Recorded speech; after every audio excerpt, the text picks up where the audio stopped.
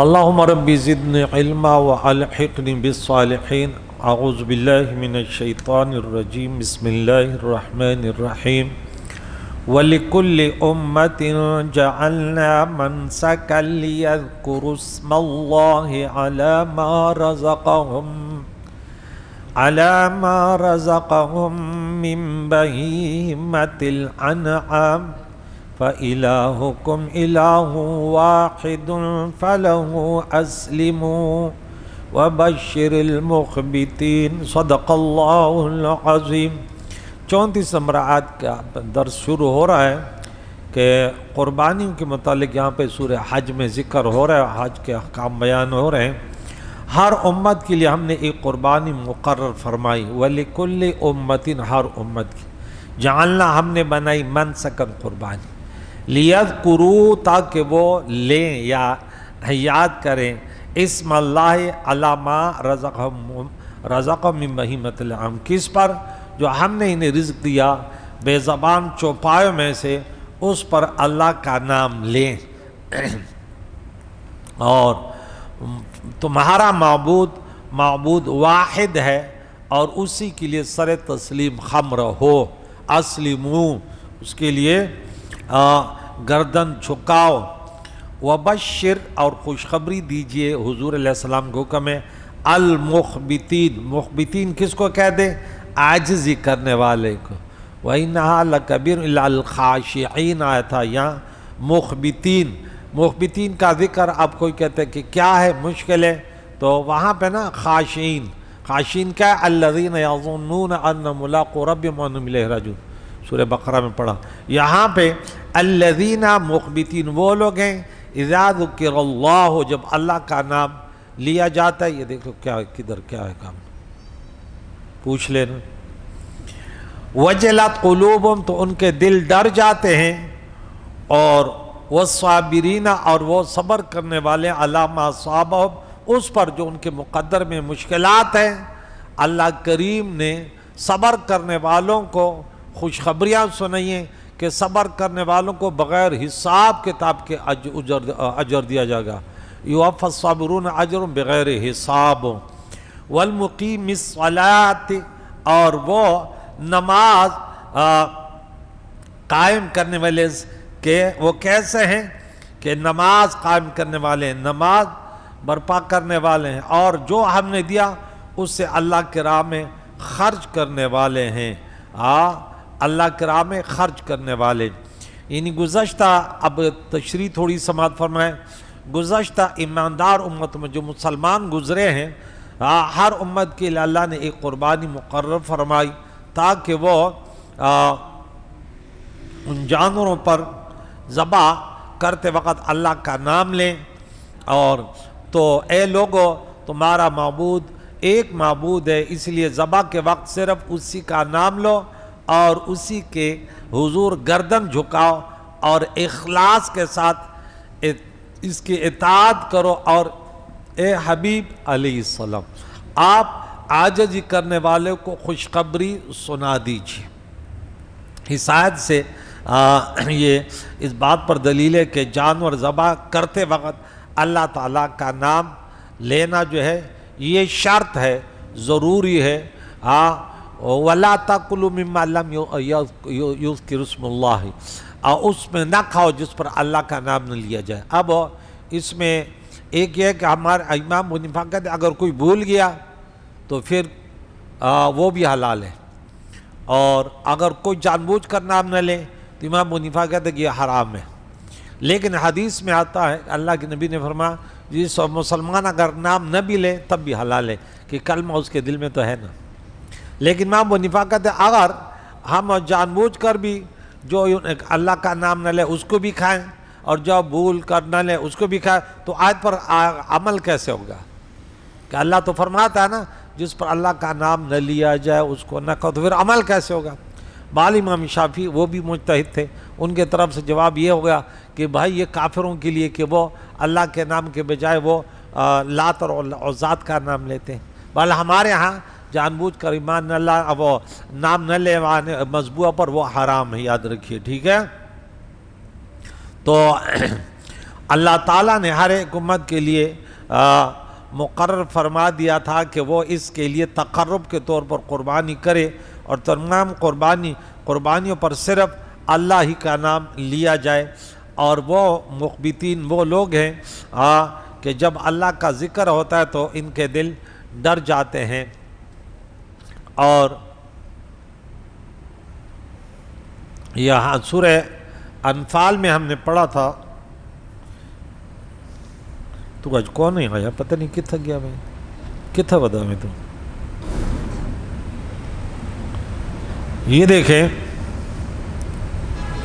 سورہ انفال میں انما المؤمنون الذین اذا ذکر اللہ وجلت قلوبہم، یہاں حقیقی مومن مترجم کہتے ہیں کہ حقیقی مومن تو وہی ہے، کیونکہ اگر حقیقی کی قید نہ لگائے یا کامل مومن کی قید نہ لگائے تو پھر تو ہمارے جیسے تو گئے کہ مومن صرف وہ ہے کہ جس کے سامنے کہ جب اللہ کا ذکر کیا جائے تو ان کے دل لرز جاتے ہیں، اور جب انہیں اس کی آیت پڑھ کر سنائی جاتی ہیں تو ان کے ایمان میں اضافہ ہو جاتا ہے اور اپنے رب ہی پر توکل بھروسہ کرتے ہیں، نماز قائم کرتے ہیں اور جو ہم نے دیا اسے خرچ کرتے ہیں۔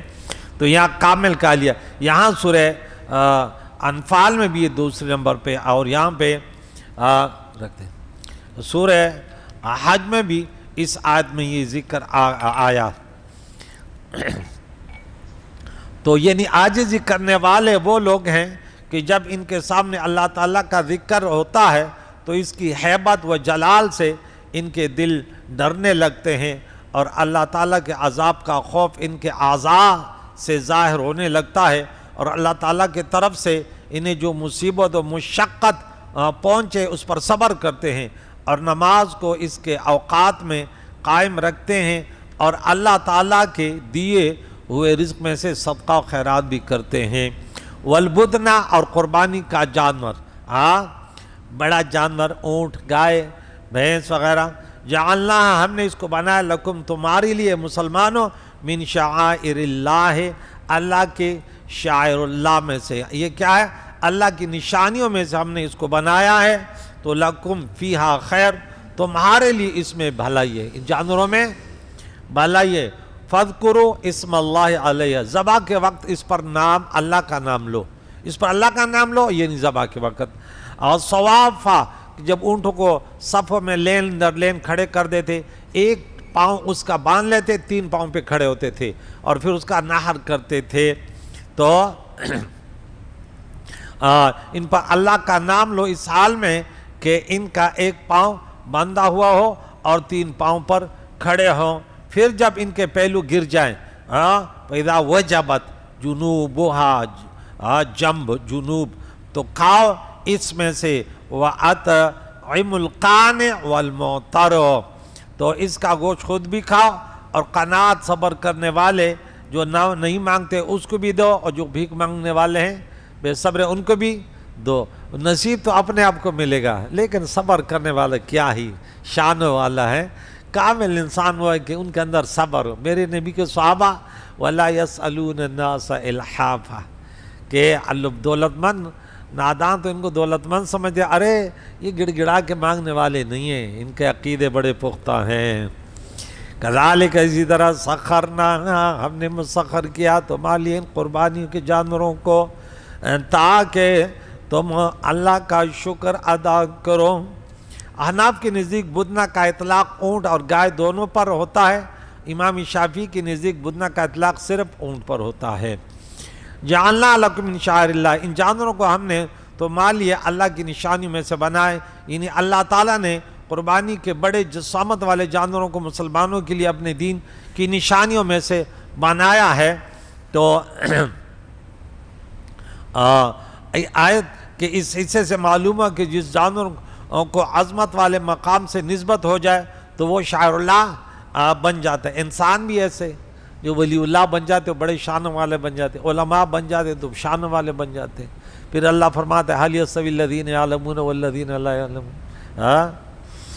وَالَّذِينَ أُوتُوا الْعِلْمَ دَرَجَاتٍ لَكُمْ فِيهَا خَيْرٌ، تمہارے لیے اس میں کیا ہے؟ بھلائی، یعنی قربانی کے ان بڑے جسامت والے جانوروں میں تمہارے لیے بھلائی ہے، تمہیں اس سے دنیا میں کثیر نفع اور آخرت میں بڑا ثواب کہ پلہ میزان میں یہ آئیں گے تمام کھر وغیرہ سب چیزیں، اور پل صراط پر مطایاکم، ہاں تمہارا پل صراط پر گزرنے کی سواری۔ قربانی کا دنیاوی فائدہ تو وہ ہے جو بیان ہو چکے کہ ضرورت کے وقت قربانی کے جانور سے آپ فائدہ لے سکتے ہیں، اور حاجت کے وقت دودھ بھی لے سکتے ہیں، اور بھی بہت سارے فائدے ہیں۔ حدیث مبارکہ میں اس کا کچھ ذکر حضرت مالک بن انس رضی اللہ تعالیٰ عنہ فرماتے ہیں کہ حضرت سعید بن مسیب رضی اللہ تعالیٰ نے حج کیا، اور ان کے ساتھ حضرت ابن حرملہ رضی اللہ تعالیٰ نے حج کیا۔ اس موقع پر حضرت سعید رضی اللہ تعالیٰ نے مینڈا خریدا، اور اس کی قربانی دیکھے بات کتنی پیاری توجہ کی بات ہے کہ قرآن کی آیت بعض اوقات نا انسان کے ذہن میں آ جاتی ہے، تو یہ بڑا مزہ آتا ہے کہ آپ کے ذہن میں قرآن کی آیت آ جائے، آپ کوئی کام کریں تو پھر اس میں نور علی نور۔ تو اب اور اس کی قربانی انہوں نے کیا مینڈا خریدا، کس نے؟ سعید رضی اللہ تعالیٰ نے۔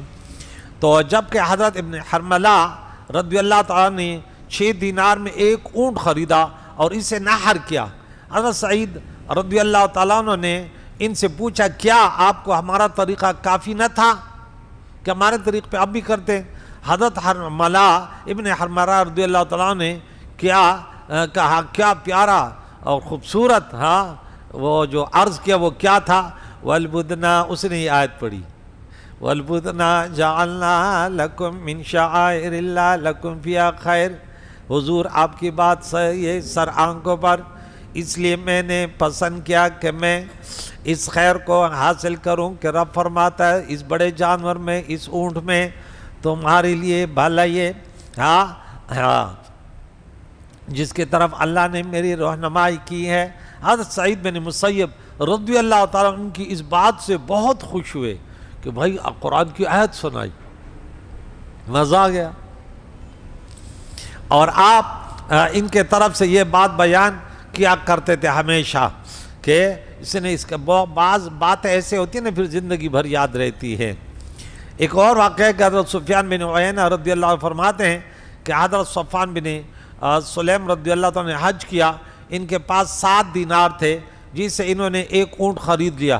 ان سے کہا گیا کہ آپ کے پاس صرف 7 دینار تھے جن کا آپ نے اونٹ خرید لیا ہے۔ انہوں نے فرمایا میں نے اللہ تعالیٰ کا یہ ارشاد سنا ہے جس میں وہ فرماتا ہے لکم فیہا خیر، اس بڑے جانور اونٹ وغیرہ میں تمہاری کیا بھلائی ہے، تمہاری ان میں بھلائی ہے، اور میں نے اس بھلائی کو حاصل کرنے کے لیے ایسے کیا، سب پیسہ ختم کر دیا۔ لہذا جس مسلمان پر حج قربانی لازم ہو یا وہ حج کے موقع پر نفلی قربانی کرنا چاہتا ہو، اونٹ یا گائے کی قربانی کرنا اس کے لیے ممکن ہو تو اونٹ یا گائے کی قربانی کرے تاکہ اسے یہ فضیلت حاصل کرے، اور وہ بھی کہے کہ والبدنا جعلنا لکم من شعائر اللہ لکم فیہا خیر فاذکروا اسم اللہ علیہ، تو ان پر اللہ کا نام لو۔ یہاں اونٹ نہر کرنے کا طریقہ بیان فرمایا گیا کہ جب اونٹ کو نہر کرنے لگو تو ان کا ایک پاؤں باندھ دو اور 3 کھڑے رکھو، پھر اللہ تعالیٰ کا نام لے کر انہیں نہر کرو، اور اس کے بعد جب وہ زمین پر گر جائے ان کی حرکت ساکت ہو جائے تو اس وقت تمہاری ان کا گوشت پھر اس کا بنا کے اس کا گوشت کھاؤ۔ یہاں آیت کے مناسب کہ نہر کیا ہے، شرعی ذبح کیا ہے؟ اونٹ کو نہر کرنا اور گائے بکری وغیرہ کو ذبح کرنا سنت ہے، اور اگر اس کا عکس کہ بکری کا نہر کر دیا، اونٹ کا ذبح کر دیا وغیرہ تو یہ بھی کیا ہے؟ جائز ہے۔ نہر کیا تو جانور اس حلال تو ہو جائے گا مگر ایسا کرنا مکروہ ہے، خلاف سنت ہے۔ بکری گائے وغیرہ کو اس نے نہر کر دیا، اونٹ کو ذبح کر دیا، تب بھی جائز ہے، حلال ہوگا لیکن خلاف سنت ہوگا۔ مسلمان تو ہر جگہ سنت کو تلاش کرے۔ عوام میں یہ مشہور ہے کہ اونٹ کی 3 جگہ سے ذبح کیا جاتا ہے، یہ غلط ہے، اور یوں کرنا مکروہ ہے کہ بلا فائدہ ایذا دینا ہے۔ جانور ذبح کرنے سے متعلق پہلے مسائل لوگوں کو معلوم ہونے چاہیے۔ فَكُلُوا مِنْهَا وَآتِمُوا الْقَانِعَ وَالْمُعْتَرَ، تو ان میں سے خود کھاؤ اور قناعت کرنے والے اور بھیک مانگنے والوں کو بھی کھلاؤ۔ اس آیت میں قربانی کے گوشت کے متعلق یہ ایک مستحب عمل ہے، لوگ 3 حصے کر دیتے ہیں، ایک خود کھا لیتے ہیں، ایک رشتہ داروں کو، ایک غریب فقراء کو۔ اس میں سے خود کھا اور قناعت کرنے والے اور بھیک مانگنے والوں کو بھی کھلاؤ۔ قناعت کرنے والے سے وہ شخص مراد ہے جو کسی سے سوال نہ کرتا ہو اور بن مانگے اسے جو مل جائے اس پر اپنے پاس موجود مال پر راضی ہوتا ہے۔ کذالک سخرناھا لکم، اسی طرح ہم نے ان جانوروں کو تمہارے قابو میں دیا ہے۔ ارشاد فرمایا کہ ہم نے ان جانوروں کو کتنے طاقتور ہیں، اس کے باوجود تم اس کو ذبح کر کے اور اس پر سواری کر تو یہ تمہارے قابو میں دیا ہے، تو یہ تمہاری بہادری نہیں ہے بلکہ یہ اللہ کا کرم ہے، ورنہ یہ تو اگر بھاگ جائے تو کون پھر، یہ تو اتنے ایک ایک جانور۔ وہ پچھلے سال اسماعیل لوگوں نے چھوٹا سا کٹا لایا تھا، صبح سے شروع ہوئے تھے، رات ہو گئی، جو بھی آتے وہی چھوٹا سا کٹا، وہ اتنا جس کو بھی دیکھتا تھا بولا کہ غریب کیسے ہو گئے۔ تو جانوروں میں تو پھر بڑے بڑے بیل اور ویسے آرام سے گر جاتے ہیں۔ تو یہ اللہ فرماتا ہے کہ یہ تمہاری بہادری نہیں ہے۔ جب سواری پر بیٹھو نا تو اس وقت بھی جہاز اڑاؤ، گاڑی چلاؤ تو اس وقت بھی پڑھو سبحان الذی سخر لنا ھذا وما كنا له مقرنین وَإِنَّا إِلَىٰ رَبِّنَا لَمُنْقَلِبُونَ۔ انسان کو کبھی بھی تکبر غرور اپنے طاقت پر وہ نہیں کرنے۔ کل انشاءاللہ اس پر مزید تھوڑی سی گفتگو کریں گے کہ لَن يَنَالَ اللَّهَ لُحُومُهَا وَلَا دِمَاؤُهَا وَلَكِنْ يَنَالُهُ التَّقْوَىٰ مِنكُمْ كَذَٰلِكَ سَخَّرَهَا لَكُمْ لِتُكَبِّرُوا اللَّهَ عَلَىٰ مَا هَدَاكُمْ وَبَشِّرِ الْمُحْسِنِينَ۔ اس کی انشاءاللہ تشریح کریں۔ اللہ تعالیٰ قرآن پاک کی تعلیمات سے ہم سب کو بہرہ مند فرمائے۔ اللہ تعالیٰ مسلمانوں کو قرآن پاک کی تعلیمات پر عمل کر کے آپس میں اتحاد اتفاق قائم کرنے کی توفیق عطا فرمائے۔ وما علیہ الا البلاغ۔